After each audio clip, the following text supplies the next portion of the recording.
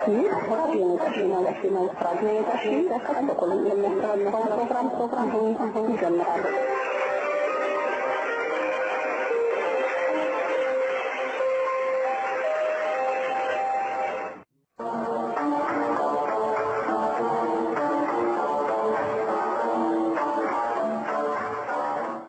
ወዳጆቻችን የምታዳምጡት ራዲዮ ነጃሽን ነው። ሰሞኑን የሁሉም መነጋገሪያ የነበረ ጉዳይን ተከትሎ ከአድማጫችን የደረሰን እና እንደው ብትነጋገሩበት የሚል መልእክት ደርሶናል፣ የአውዲዮ መልእክት። ይኸውም ሰሞኑን የኢትዮጵያ መንግስት ብር ምንዛሪን በተመለከተ በከፍተኛ ሁኔታ መጨመሩንና $1 ወደ 26 ከምናምን ወደ 27 ብር በሚጠጋ ሂሳብ የሚመነዘር መሆኑን ካሳወቀ በኋላ የብዙዎች መነጋገሪያ ሆኗል። ይሄን ተከትሎ ለምንድን ነው ይሄ ነገር የሚሆነው በሚል መነሻ የተለያዩ ጥያቄዎች ደርሰውናል እና በዚህ ጉዳይ ላይ እንነጋገራለን። እንግዲህ በወቅታዊ ጉዳዮች ጸሐፊና እንዲሁም ደግሞ በሙያው ኢኮኖሚስት የሆነው አቡ ኢምራን ጋራ በዚህ ጉዳይ ላይ እንወያያለን። ሰላም አለይኩም ስለበርካታ አቡ ኢምራን። ወአለይኩም ሰላም ወራህመቱላሂ ወበረካቱሁ። ጥሩ እንግዲህ ያው አንተም ሰምተዋል ከአድማጫችን የደረሰን መልእክት፣ በተለይ ከሳውዲ አካባቢ የደረሰን ጠንከር ያለ መልእክት ነበረ። ስለዚህ አጠቃላይ በዚህ ጉዳይ ላይ ትንሽ ፍንጭ እንዲሰጥና እነዚህ ነገሮች ለምንድን ነው እንደዚህ የሚሆኑት የሚለው ነገር እንድናይ ሰዎች ገንዘባቸውን ባንክ ውስጥ አስቀምጠው እንደዚህ አይነት አጋጣሚዎች በሚፈጠሩበት ጊዜ ገንዘባቸው ይወርዳልና እነዚህና ሌሎች ነገሮች እንድናይ ነው እንግዲህ የተጠየቅነው። እስቲ መጀመሪያ ከገንዘብ ሐሳቤ ጀምር። ገንዘብ ብለን የምንለውና ሰዎች የምንገበያይበት የምንጠቀምበት የወረቀት ገንዘብ ነው። ይህ የወረቀት ገንዘብ ወረቀት እንደሆነ ይታወቃል እና ይህንን ወረቀት ሰዎች ወረቀት አይደለም ገንዘብ ነው ብለው እንዲሉ የሚያስችላቸው የገንዘብ ዋጋ እንዲሰጡት የሚያደርጋቸው ምንድነው? ከዚህ ጀምር አቡ ኢምራን። ቢስሚላሂ ረህማን ረሂም። ሰዎች አንድን የሚያውቁትን ወረቀት እንደ ገንዘብ እንዲቆጥሩ ያደረጋቸው ቀደም ሲል በተለይ በሞደርን ኢኮኖሚ ከሁለተኛው ዓለም ጦርነት ወዲህ ያለውን ብናይ ይሻላል። እንግዲህ ይሄ በተን ውድስ ስምምነት ተብሎ የሚጠራው በአሜሪካን ግንባር ቀደምትነት የፕሮፖዝ የተደረገ መፍትሄ ነበርና ይህም በ1944 ጁላይ ውስጥ የአሜሪካን ዴሊጌትስ ከጦርነት ውስጥ የነበሩትን የአውሮፓ ሀገሮች ከዛ በወጡ ጊዜ በሰላም ዓለም የምትኖርበትና በኢኮኖሚ የምትበለጽግበትን አይዲያ ፕሮፖዝ አድርጎ ነበር። ይህም በዓለም ደረጃ መገበያያ ሊኖር ይችላል፣ ኢኮኖሚያችንን ማሳደግ የምንችለው የተንኮታኮተው በጦርነት የተጎዳውን ኢኮኖሚ ማሳደግ የምንችለው በንግድ ልውውጥ በገንዘብ ሰርኩሌት ማድረግ ስለሆነ ለዚህ ገንዘብ ሁሉም ሰው በነፃነት የባህሩ ገንዘብ ብቻ ሳይሆን በሌላኛው ሀገር ላይ እምነት ኖሮት እንዲገበያይ ሊያዘዝ የሚችል በወርቅ የተደገፈ የገንዘብ ስርዓት ይኑር የሚል ፕሮፖዝ አደረጉ። ይሄ ብሬተን ውድስ ስምምነት ተብሎ የሚጠራው ነው። በዛን ጊዜ እንግዲህ በ1944 የምታተመው ገንዘብ ሀገሮች በተስማሙበት መሰረት ከወርቅ ጋር ተያያዥነት አለው። ያኔ የተስማሙት 1 ግራም ወርቅ 1.25 $1 ከ25 እንዲሆንና መንግስታት $1 ከ25 የሚያክል ቫልዩ ያለው ገንዘብ መጠቀም በፈለጉ ጊዜ ይህንን የሚመጥን የወርቅ ሪዘርቭ እንዲያስቀምጡ ግዳጅ የሚገቡበትና ለዛ ወረቀት ዋስትና የሚሰጡበት ጊዜ ነበር ማለት ነው። ይሄ በወርቅ የተደገፈበት ጊዜ ነው። በ1944 ነው የተጀመረው። እንግዲህ ማንኛውም መንግስት ገንዘብን ሲያትም ተመጣጣኝ የሆነ በዚህ ውል መሰረት ተመጣጣኝ የሆነ የወርቅ ሪዘርቭ ያስቀምጣል። መጨመር በፈለገ ጊዜ እንዳስፈላጊነቱ የወርቅ ክምችቱንም ይጨምራል ማለት ነው። ይህ አሰራር እንግዲህ ዋስትና ያለው ገንዘብ ነው ማለት ነው ከወርቅ ጋር ተያይዞ። ይህ አሰራር ግን እስከ ዘላለም አልቀጠለም። አሜሪካ ስላልተመቻት ያሰራር በ1970ዎቹ ውስጥ በተለይ በቪየትናም ጦርነት ምክንያት ቀውስ ሲመጣ ኢኮኖሚውን እንደፈለገች ማስከት ስትቀር ማኒፑሌት የምታደርገውን ኢኮኖሚ ፖሊሲ ፈለገችና ከዚህ ያሰራር ስልት ወጣች። ዋንኛው መስራች በወጣች ጊዜ ሌሎችም አገሮች ይህንን ስምምነት ውድቅ አደረጉ። ከዛ በወርቅ መደገፍ የሚደገፍ ገንዘብ ቀረ ከ1974 ማለት ነው። እዛ ወዲህ ያለው ገንዘብ ግን ኢንትሪንሲክ ቫልዩ ይባላል እየታመነበት ተገበያዮቹ ዋጋ አለው ብሎ ያመኑበት ዋጋ ገንዘብ ወረቀት ነው እንጂ ከዛ በወርቅ የተደገፈ መሆኑ ቀርቷል ማለት የሀገሮች ሀብት ባላቸው የወርቅ ክምችት ያክል የሚመዘን መሆኑ ቀርቷል እያልክ ነው የገንዘባቸው መጠን የሚጠቀሙት ገንዘብ በወርቅ ክምችት ዋስትና አይሰጠውም ከዛ ነው በኋላ እዚህ ላይ ሰዎች የሚያነሱት አንድ ነገር አለ የአንዳንድ ነገር ገንዘብ ከዶላር ጋር እኩል ተደርጎ ይመነዘራል ያው $1 አንድ ያገሩ ገንዘብ ነው ሌላው ደግሞ $1 ለምሳሌ የጣሊያን 1637 ነበር ያኔ ጣሊያን አደገች ኢኮኖሚ ነች የኛ ነገር ኢትዮጵያን ከወሰድን በዛ ወቅት ለምሳሌ $1 ሁለት ብር ነበርና ትክክል ይሄው አንዱም የቀረበው ጥያቄ ይሄ ነው አንዳንድ ጊዜ ከኛ ሀገር የበለጠ ኢኮኖሚ ያላቸው አደጉ ምንላቸው ሀገሮች $1 ምንዛሪያቸው በጣም ብዙ ብር ይሆናል እኛ ግን እንደ ሀገር ሆነን $1 ተቀራራቢ የሆነ ምንዛሪ የነበረበት ጊዜ ነበር የሚል አንዱ ጥያቄ ነው አንስተዋልና ሄድ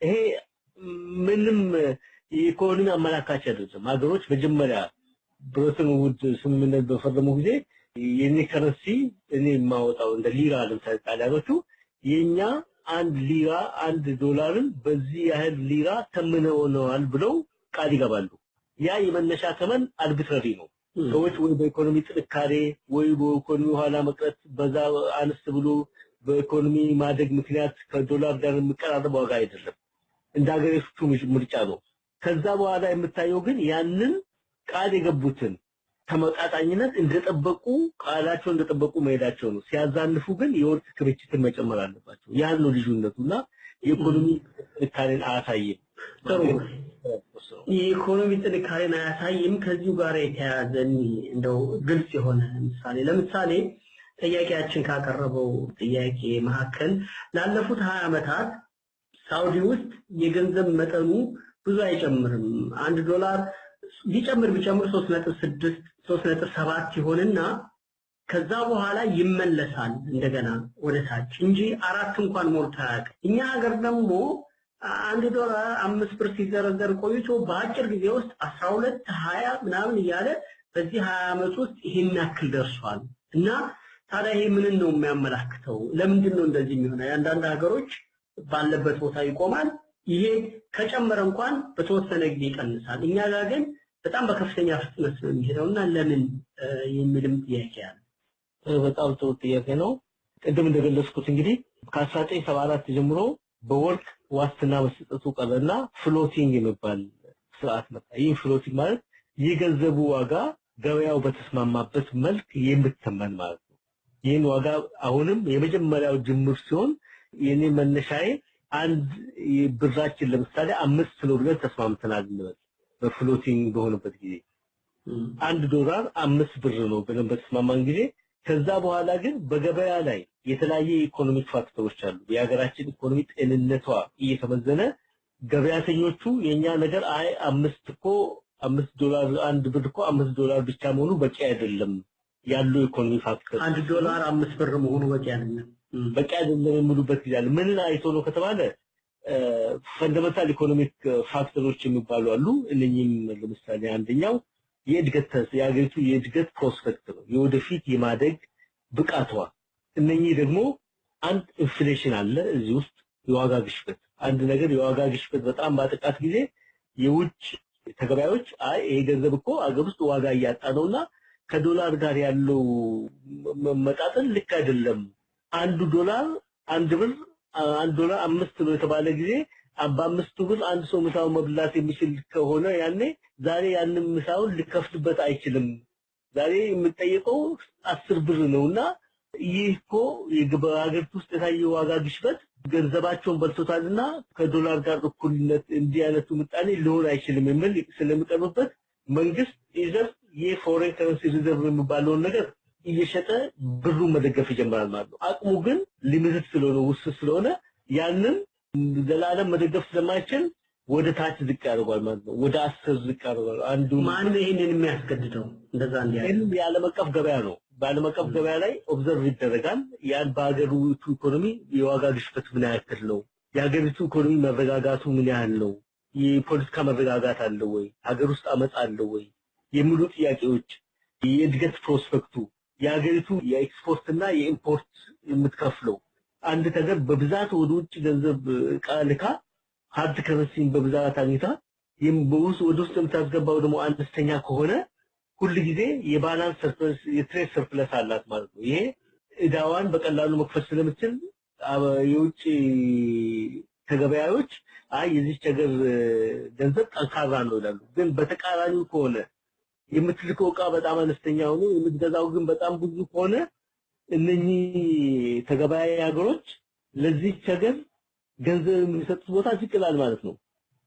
ጥሩ አሁን ኢኮኖሚውንም የሚያይበት ያለ ነገር ይመስላል እዚህ ላይ። ምክንያቱም አንድ ሀገር ውስጥ አሁን ባንተ አገላለጽ አንድ ሀገር ውስጥ ቋሚ የሆነ የግብይት መጠን ካለ ይህንን የምንዛሬውን ሁኔታ ለረጅም ጊዜ ሊያስኬደው እንደሚችል ነው በአንድ በኩል እና ይሄ ምንዛሬ ቀነሰ ወይም ደግሞ እንደዚህ ከዶላር ጋር ያለው ቀጥታ የነበረው ምንዛሬ ጨመረ በፊት 5 የነበረው 15 ሆነ ወይ 25 ሆነ የሚለው ነገር ሁሉ ጊዜ እንደ ችግር ነው የሚቀርበው ወይስ አንዳንድ ሀገሮች ላይ ይሄ ነገር ሌላ እይታ ሌላ ነገር አለ?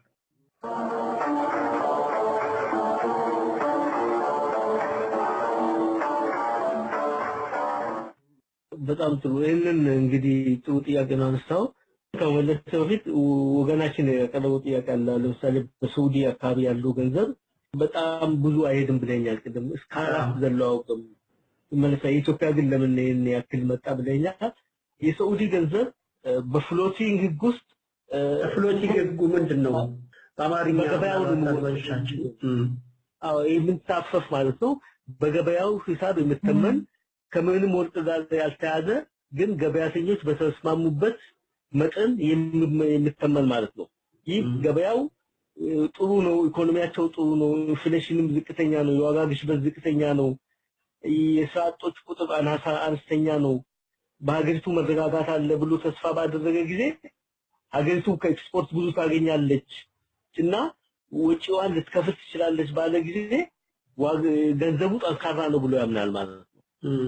ያ ተበቀረ ጊዜ ደግሞ ገንዘቡ ደካማ ነው ብሎ የሚያምነው ማለት ነውና ጫና አድርግበታል። አሁን እንግዲህ በዚህ መልክ የምሰራው ስርዓት የሳውዲን ከተመለከትን በዚህ ሲስተም ውስጥ ገብታለች። ሷም ግን ከአሜሪካን ገንዘብ ጋር ስፔሻሊ እንድጣመር አድርገዋለች። ፔጅ ፍሎቲንግ ይባላል። የተጣመረ ጉዞ ነው። የአሜሪካው ገንዘብ ጋር ብቻ ነው የሚሄደው። ከፍ ስል ከፍ ይላል፣ ዝቅ ስል ዝቅ ይላል። በአሜሪካ ዶላር እና በዛ ዶላር ማከል ያለውን ሁሌ ይጠብቃልና ከሳውዲ ገንዘብ ከሌላኛው ሀገር ገንዘብ ጋር ሲወዳደር ሁሌ በአሜሪካን ዶላር ጋር ባለው መቀራረብ ነው የሚሄደውና ይሄ በጣም ቅርበት ያለው ብቻ መለያየት እንዲሆን ነው የሚያደርገው ማለት ነው። ይሄ የሳውዲዎች ብቻ ሳይሆን የገልፍ ሀገሮች ሁሉ የሚከተሉት ነው። ከአሜሪካን ዶላር ጋር በጥምረት ይዘውታል። ለምንድን ነው የሚያደርጉት? ነዳጃቸውን የሚሸጡት በዶላር ስለሆነ ለማንኛውም በአውሮፓውም ደንበኞቻቸው ለኤዥያም ደንበኞቻቸው በዶላር ስለሆነ የሚሸጡት ገቢያቸው በዶላር ስለሆነ የሚመጣው ወጪያቸውንም ከውጭ ኢምፖርት ሲያደርጉ በዶላር ስለሚከፍሉ ከዶላር ጋር አጣምሩታል ማለት ነው ተመኑ። ለዚህ ነው የማይዋዥቀው። የኛ ሀገር ግን ለየት ያለ ነው። የኛ ሀገር የምንሳፈፍ ሆኖ ገበያው የሚወስን ሆኖ ግን ሙሉ በሙሉ ገበያው ላይ አለቀቁትም። ማኔጅድ ፍሎቲንግ ይሉታል። ይህ ማኔጅድ ፍሎቲንግ የሚባለው ምንድነው? በመንግስት ተቆጣጣሪነት የሚመራ በገበያ ሁኔታ ውስጥ የሚወሰን ያካሄድ ማለት ነው። ገበያው ጫና ሲያደርግ መንግስት አንዳንድ ዝምቶችን አደረኩ ያለ ቁጥጥር ያደርጋል። ገበያው በሚወስንበት መሰረት ዋጋው አይቀንስም። ገበያው $1 $20 መሆን አለበት ካለ መንግስት 18 ነው ብሎ እዝምታ አድርጋለሁ ብሎ ተከራክር ይችላል። ገንዘቡን ወጥሮ ሊይዘው ይችላል። ግን ጫናው ይበዛበታል። ከተወሰነ ጊዜ በኋላ እንግዲህ ያንን ጫና መቋቋም ሲያቅተው ገንዘቡን በከፍተኛ ደረጃ ወደ ታች እንዲያሽቆለቁል ያደርገዋል ማለት ነው። አሁን መንግስት ወደ 27 ብር ቢልም ትክክለኛው ገበያ ግን ከዛ በላይ እንደሆነ የሚያሳየው ምክንያቱም እሱ መንግስት 26 ካለም በኋላ በጥቁር ገበያ ላይ በአሁኑ ጊዜ ከዛ ዋጋ በላይ የሆነ እየተሸጠ ያለው እስከ 27 ተኩል ይሄዳል እስከ 28 የሚገዙ ሰዎች አሉና መንግስት የሰጠው ኮሬክሽን ትክክል አይደለም ማለት ነው። ይህ ደግሞ በጣም አደገኛ ነው ለአንድ ሀገር ኢኮኖሚ። የሚያሳየው ኢንቨስተሮች ምንድነው የሚያዩት የተደረገው ርምት ልክ አይደለም ማለት ነውና ሌላ ተጨማሪ የዋጋ የብር ማሽቆልቆል ሊመጣ ይችላልና እኔ እዛች ሀገር ውስጥ ገንዘቤን ኢንቨስት አላደርግም ቆይቼ ሙሉ በሙሉ ርምት ሲደረግ ወደዛ ሀገር ብገባ ይሻለኛል የሚል ያመጣል እና ይሄ ደግሞ በጣም ያለ መተማመን ስለንፈጥር በባለሀብቶች ዘንድ ለአንድ ሀገር ኢኮኖሚ በጣም አደገኛ ነው። ስለዚህ የመንግስታት ፖሊሲ ራሱ ለዚህ ግሽበት ወይም ለዚህ የዋጋ የምንዛሪ መቃወስ አስተዋጽኦ አለው ማለት ነው። የሚወስዱት ፖሊሲ የሚከተሉት የገንዘብ ፖሊሲ ይሳው አለው። ለዚህ ግን እዚህ ላይ ግን አንድ ጥንቃቄ መደረግ አለበት። ሁሉ ጊዜ መንግስት ገንዘብን ወደ ታች ዝቅ ዲቫሉዌት አደረገ ዝቅ አደረገ ማለት ሁሌ መጥፎ ኢኮኖሚ ፖሊሲ ነው ማለት አይደለም። እንደ ሀገሪቱ ኢኮኖሚ ጤንነት ነው የሚወሰነው። ትንሽ ምሳሌ ላምጣ። ተጠቃሚ የሚሆኑ አሉ የገንዘባቸውን ዝቅ በማድረግ እነዚህ ሀገሮች ወደ ውጭ እቃቸውን በብዛት ኤክስፖርት የሚያደርጉና ከውጭ የሚያስገቡት እቃ አነስተኛ የሆኑ ሀገሮች ተጠቃሚዎች ናቸው። ዋጋ የገንዘባቸውን ምንዛሪ ዋጋ ሲቀንሱ ይህም እቃቸው በዓለም ገበያ ላይ ረከስ እንድልና ብዙ ገበያ እንዲያገኝ የሌሎች ሀገር እቃዎችን በዋጋ ተወዳድሮ አስጥሎ በእነሱ ነገር ኤክስፖርት ኢንዱስትሪ በጣም እንዲስፋፋና እንዲጠነክር ያደርጋል። ለዚህ ምሳሌ የምትጠቀሰው ቻይና ነች። ቻይና በ1985 ለምሳሌ $1 2 የቻይና ዩዋን ነበር። ግን በ2000 ዛሬ $1 ወደ 7 ዩዋን ነው። 6.80 6.50 ያለ በዛ ማን ነው የሚጫወተው? እንግዲህ 3 ጊዜ ያክል ዋጋውን ቀንስ ያክል ዋጋው ቀንሷል ማለት ነው። የቻይና ዋጋ አንድ 2 ዩዋን $1 ይገዛ ነበር። ዛሬ 6 ዩዋን ነው የሚያስፈልጋት ቻይና $1 ነው። ግን በዛው መጠን እንግዲህ ከቻይና የሚገዛው እቃ ዋጋው ዝቅ ይላል ማለት ነው በዶላር ለሚገዙ ሰዎች። ይሄ ደግሞ የቻይናን እቃ በጣም ተፎካካሪና ዓለምን እንዲያጥለቀልቅ ካደረገው አንዱ ጠንካራ ፖሊሲዋ ይሄ ነው። ምዕራብ ዓለምን የሚጨቃጨቀው ገንዘቧን ሆን ብላ ነው ዝቅ የምታደርገው። ገንዘቧ ጠንካራ መሆን ነበረበት ከዶላርም እኩል መሆን ነበረበት የሚሉ አሉ። ግን ቻይናን ወጥሮ ይዞታል ወደታች ይዞታል ማለት ነው። ሁሌ ያንን ማድረግ መጥፎ ፖሊሲ ነው ተብሎም ኮንኮርድ ተደረገበትም እንደ ሀገሪቱ ጤንነት ጥሩ ግን ጎጂ የሚሆንበት ስላለ እሱን ልገልጽ እወዳለሁ። ጥሩ እንደነው የሚሆንበት ሁኔታም አለ። ይህም ጉዳቱ ምንድነው? በተቃራኒው አንድ ነገር ወደ ውጭ የምትልከው የእቃ መጠን አነስተኛ ነው የምታስገባው ግን በጣም ከፍተኛ ከሆነ እንደ ሀገራችን ሁኔታ ማለት ነው የዋጋ የገንዘብ ዋጋ መቀነስ ሀገሪቱን ይጎዳታል። ምክንያቱም በ5 ብር $1 ትገዛ ነበረችው ኢትዮጵያ በ10 ብር ያስፈልጋታል $1 ለማግኘት ማለት ነው። $10 የሚያወጣ እቃ ለመግዛት 50 ብር ይፈልግ የነበረችው ኢትዮጵያ ወደ ዛሬ $1 30 በሆነበት ጊዜ $10 እቃ ለማግኘት 3300 ብር ያስፈልጋታል ማለት ነው። ስለዚህ ይህን ያክል የዋጋ መውደቁ የብር ዋጋ መውደቅ ብዙ ኢምፖርት ለምናደርግ እንደ ኢትዮጵያ ያለ ሀገር በጣም ጎጂ ነው እጅግ በጣም ጎጂ ነው። አንዴ ነው። በሁለተኛ ወደ ሀገሪቱ የምታስገባቸው በውጭ ምንዛሪ የተበደረችው ዕዳ መጠን ከፍተኛ ከሆነ አንዲት ሀገር በጣም ውጥረት ውስጥ ትገባለች። ምክንያቱም ዶላር ስትበደር ለምሳሌ ኢትዮጵያ ብድሯ ዛሬ 40 ቢሊዮን ደርሷል። ይህ ትልቅ ገንዘብ ነው።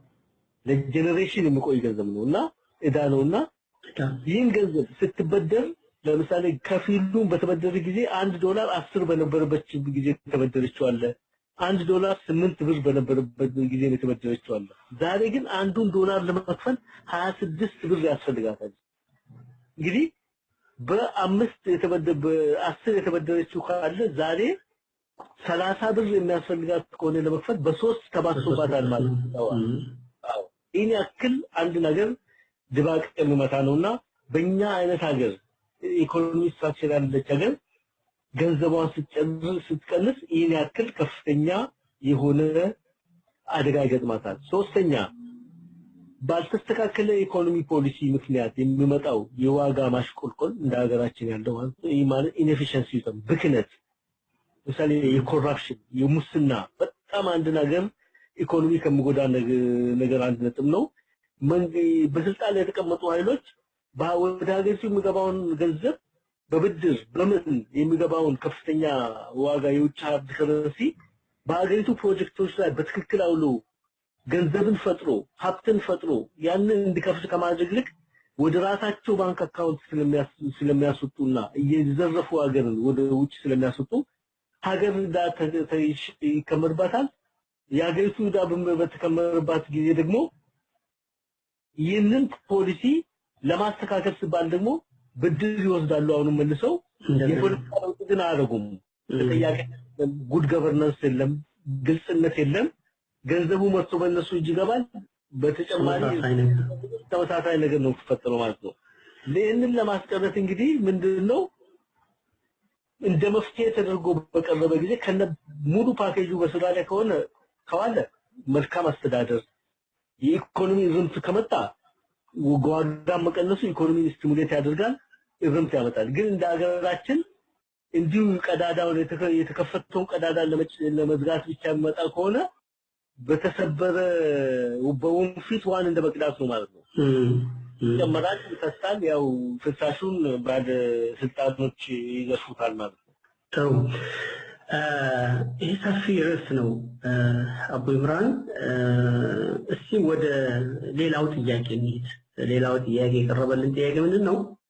ገንዘብ እየላክን ሀገር ቤት ባንክ እናስቀምጣለን ይላሉ። በተለይ ሳውዲ አካባቢ ያሉ ሰዎች ገንዘባችንን ሴቭ ልናደርግ የምንችለው ሀገር ቤት ነውና ስለዚህ ያገኘነውን እንትን እያደረግን ወደ ሀገር ቤት እንልካለን፣ ባንክ እናስቀምጣለን። እንደዚህ የዋጋ መጣረዝ በሚመጣበት ጊዜ ብራችን እንደተቀመጠ ዋጋ ያጣል፣ ዋጋው እየቀነሰ ይሄዳል እና ለዚህ መፍትሄው ምንድነው ትላላችሁ የሚል ጥያቄ ነው። አንዱ ከባድ ጥያቄ ይመስላል።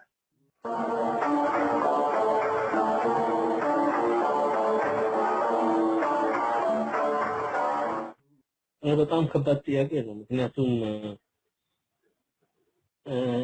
ይሄ በእንዲህ አይነት ሁኔታዎች ባሉ ጊዜ በሌላ ሀገር የሚደረገው ምንድነው ኦፍሾር ባንክ አካውንት መክፈት ነው። በውጭ ሀገር ያሉ የፋይናንስ ተቋማት ውስጥ አካውንት ከፍቶ በሃርድ ከረንሲ ገንዘብ ማስቀመጥ ነው። ለእንደኛ ሀገር ሰዎች ግን በስደት ለሚኖሩ ወይ በስራ ምክንያት ወደ ማዕከላዊ ምስራቅ ለሄዱ ወንድሞችና እህቶቻችን ይሄ የማይሆን መፍትሄ ነው። ምክንያቱም በራሳቸው ስም በውጭ ሀገር በሃርድ ከረንሲ የሚያስቀምጡትን ገንዘብ አካውንት ከፍቶ ማስቀመጥ አይችሉም። ያላቸው ምርጫ ምንድነው? ወርቅ መግዛት ነው። ለጊዜው እንግዲህ ቴምፖራሪ ገንዘባቸው አነስተኛ ከሆነ ወርቅን እየገዙ ወርቅን ማከማቸት ነው።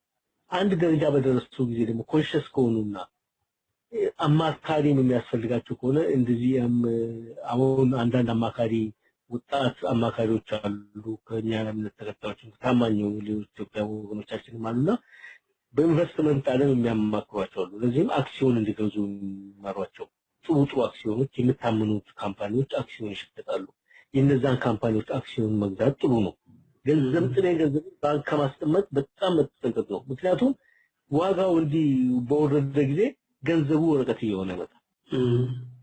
እንደ ኢትዮጵያ ባለ የገንዘብ ስርዓቱ አስተማማኝ ባልሆነበት ቦታ ጥሬ ገንዘብ ማስቀመጥ አደጋ አለው። ስለዚህ ሌሎች መንገዶችን ኢንቨስት ለማድረግ መሞከርና አለበለዚያም ደግሞ ያንን ገንዘብ በወርቅ ቀይሮ ማስቀመጡ የተሻለ ነው ይላል። አዎ ከዛ በተረፈ እንግዲህ ሌላው ገንዘብ ጠምጠም ካለ ንብረት ቤት መግዛት የቤት ዋጋ በአዲስ አበባ ውስጥ መግዛት በአሁኑ ጊዜ በጣም አዳጋች ነው። ምክንያቱም ዋጋው በጣም ከመጠን በላይ ጋሽቧል። የዛም ዋጋ ሰማይ ስለወጣ የማይመጥነው ስለሆነ ብቻል የሚያውቁበት ሰዎች ሁለተኛ ከተማ ከሆነችው እንደ አዳማ እንደ አዋሳ ካሉ ከተሞች እንደ ባህር ዳር ካሉ ከተሞች ከተለያዩ ስፍራዎች ባሉ ከተሞችን የሚኖሩ ቤቶችን መግዛትና ንብረት መያዝ ምክንያቱም በዛ አካባቢ ዋጋ ይወጣ ቢሆንም እንዲህ አይቆ እንደ አዲስ አበባ በጣም ከመጠን በላይ ያለፈ ስላልሆነ ላይጎዳቸው ይችላል። መሬትና ያለባቸው መጠቀቅ ያለባቸው ገንዘብን ጥሬ ገንዘብን ባንክ ከማስቀመጥ መቆጠብ አለባቸው። ጥሩ። እንዲህ አይነት ነገር በሚፈጠርበት ጊዜ ዋና ተጎጂ የሚሆነው ማን ነው? በቅድሚያ ቶሎ ተጎጂ የሚሆነው ማን ነው? ምክንያቱም መንግስትም ጉዳት ነው ይላል፣ ህዝቡም ጉዳት ነው ይላል። ማን ነው ግን በተለይ ተጎጂ የሚሆነው? በተለይ ተጎጂ የሚሆነው ደሞዝተኛው ነው። ደሞዙ ተቆጥሮ ነው የሚሰጠው። ደሞዙ ተቆጥሮ ስለሚሰጠው አሁን ለምሳሌ በኢትዮጵያ ብር 15% ነው ያሽቆለቆለው ብሏል መንግስት ራሱ። በዚሁ መጠን እንግዲህ ኢትዮጵያ ብዙ ምርቶችን ወደ ሀገር ውስጥ የምታስገባ ስለሆነች አብዛኛው ምርት ዋጋው ሊጨምር ነው። በሀገር ውስጥ መረታሉ የሚባሉ ዱቄት እንኳን ከውጭ የሚያመጣቸው ኢንግሪዲየንቶች አሉ። በኬሚካል ደረጃ በተለያዩ ደረጃ የፋብሪካው መለዋወጫዎች የተለያዩ ነገሮች አሉ።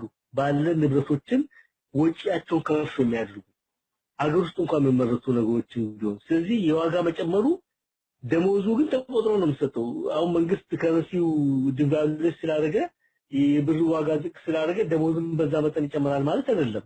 ያንኑ እና እነሱ ግን የሚገዙበት ዋጋ እየናረ ስለሚሄድ በዋጋ ግሽበት ከፍተኛውን መከራ የሚያየው ደሞዝተኛው ነው። ሁለተኛ በጣም በአሳዛኝ ሁኔታ ጡረተኛ ወገኖቻችን ናቸው።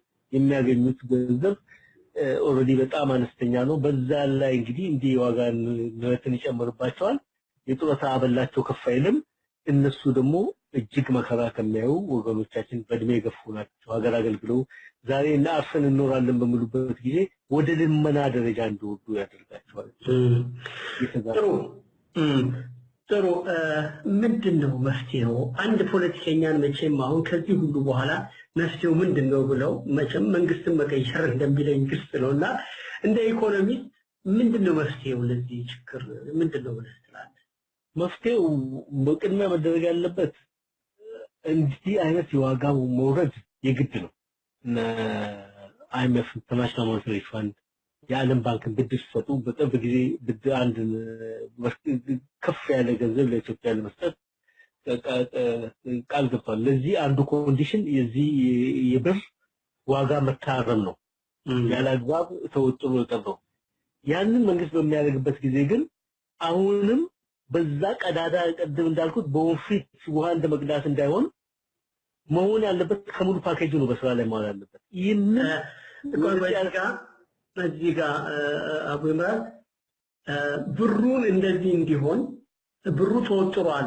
የሚመነዘረው በዶላር ትክክል አይደለም። ሀገር ውስጥ ያለውን የግብይት ስርዓት አያሳይም። ስለዚህ የብሩ መጠን $1 መጠን መጨመር አለበት። ያ ከተደረገ እርዳታ እንሰጣለን የሚል አካል ነበር ማለት ነው። ወይም ያለ አካል አለ በየጊዜው እንደዚህ አለ ማለት ነው።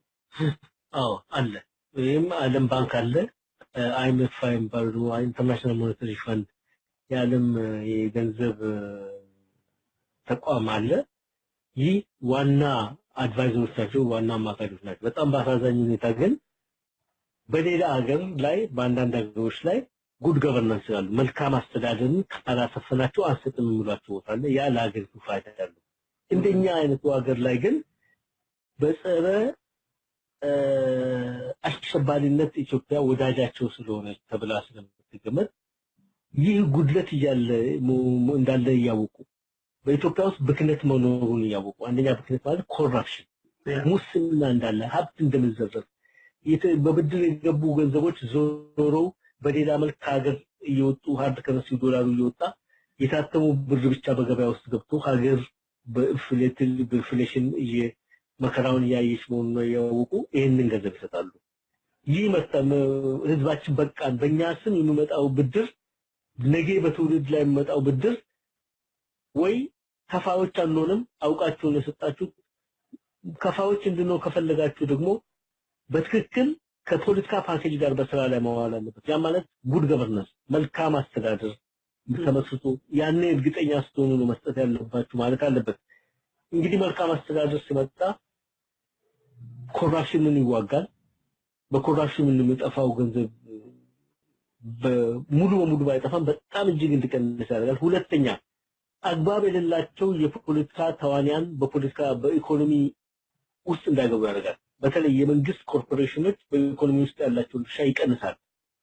የኮራፕሽን ምንጮች ስለሆኑ የብክነት ምንጮች ስለሆኑ። ሶስተኛ አርሚው በተለይ በአገራችን ሁኔታ በጣም በአሳሳቢ ሁኔታ ወደ ከፍተኛ እንቅስቃሴ ኢኮኖሚ እንቅስቃሴ የገባው አባይን መሰለ ትልቅ ፕሮጀክት እንዲገነባ ይሰጠውና በፓርላማ ላይ ቀርቦ ዶክተርም መፈተሽ አትችሉም ለሀገር ሴኩሪቲ አደጋ ነው ብሎ የሚሸፋፍን አካል ትራንስፓረንት ያለው ተጠያቂነት የሌለበት ግልጽነት የሌለበትን በቢሊዮን የሚቆጠር ዶላር በአገር ስም በብድር መጥቶ በስራ ላይ ያውልስባል በብክነት የሚፈጅና አካል ወደ ኢኮኖሚ አክተር አድርጎ ማስገባቱ ይሄ በአገር ላይ የሚሰራው ወንጀል ነውና ኢትዮጵያውያን በአንድነት ቆመን ይህ በአገራችን በእኛ ስም መንግስት የሚበድረው ብድር በትክክል ሞኒተር መደረግ አለበት።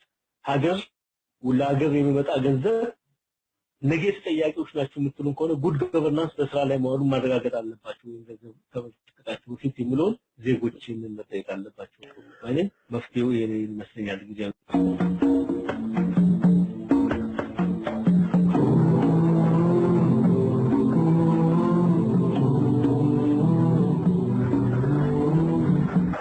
ክቡራትና ክቡራን አድማጮቻችን የዕለቱ ፕሮግራማችን በዚሁ ይጠናቀቃል።